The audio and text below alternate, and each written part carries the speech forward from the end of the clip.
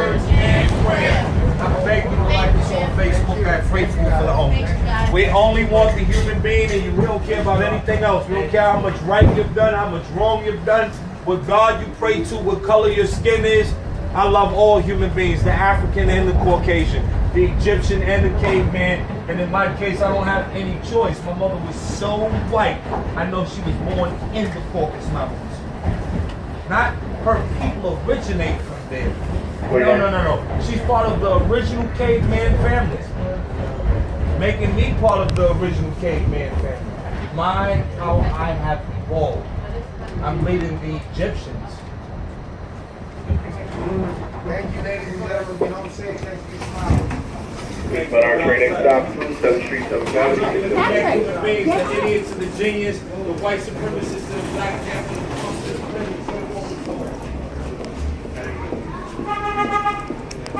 Yes,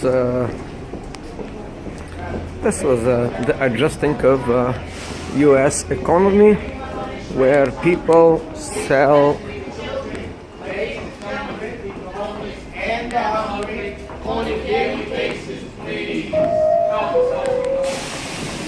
Yes, what we see here is the current economic situation in the big city of New York City. And yeah, there are people selling water, handmade sandwiches. Actually, they are not handmade, they are bought from some very, very cheap deli somewhere, probably uptown or in some area that the food is very, very cheap, or some of these big companies, they gave them the food for free. So these people found unique way to sell this food and to make some money. And they would use any kind of triggers, buying triggers. Like, for example, the current statement, I don't care if you are black or white or alien or caveman, to be exact. Even if you are caveman, the suggestion here is, even if you are a caveman living in New York City, you should buy our food. And that's what is it going on in the most developed society in United States of America, in the most developed country on the planet Earth, and in the most rich city of planet Earth, New York City. So you can see the discrepancies between these buildings, ultra rich buildings, where the apartment costs $5,000 a month or $3,000 a month, it doesn't matter. But on the ground and on underground, there are these guys that are selling food, and that is a sign of the US economy adjusting itself. There are some smart people that can do that, and in reality would be a lot better if there are more people to do that instead of waiting on the government funding free apartments. And because in reality the economy is just exactly that, people trying to offer services or products or conveniences to each other. And that is a convenience. If you are in the subway, you can buy a bottle of water or a sandwich, and somehow the people that was in the subway, they did not trust these people, but for some strange reason they would trust these big buildings and these big stores around to buy the same sandwich or the same bottle of water, let's say 3 times or 4 times more expensive. So this is the clear sign what we have experiencing here in United States of America, and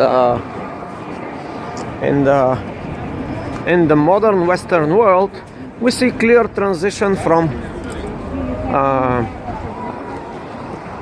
capitalism, or in his original form, to something called communism, or that is not actually a communism, that is like something new that we don't know how to call this kind of economy, this kind of things, corporatism, where people actually believe only one or two companies for their source of for example, information. People only trust Google to be the source of information. There's no competition for Google. There's no competition for Google, by the way, on all many areas. And the people behind Google know that very, very well. But now, if you trust Google, it's a good thing, but it's also a good thing to trust your own eyes and from time to time to check yourself with the reality. That's a limo here, and there is a woman here driving, a woman inside, and I bet this is Uber because I see the app, and that's, yes, TLC. TLC is the company to trust in New York City, and Uber is the company to canalize the attention of the driver somehow. It's very interesting to know what would happen if this person, actually all the people of Uber company, throw their phones and start driving without Uber. Isn't anything going to change? How these people that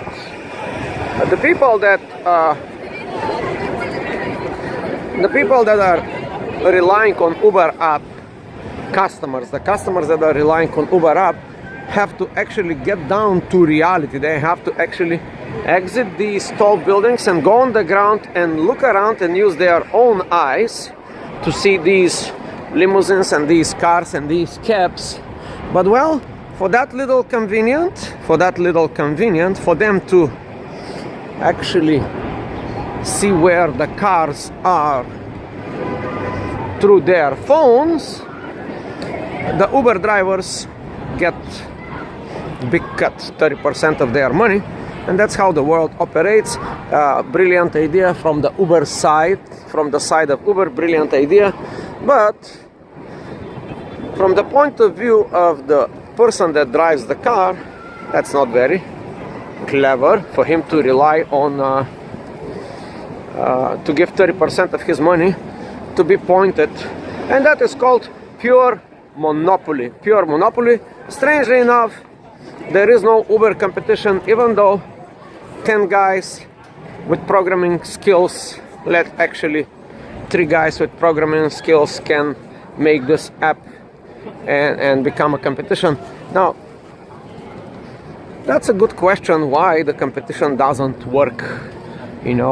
Why these guys that was selling the water in the subway cannot compete with the deli next door or with the Duane Reade, for example. Why a person in the big city would go and pay $2 for a water in Duane Reade rather than $1 for the water from these guys that actually provide convenience. That is a strange phenomenon.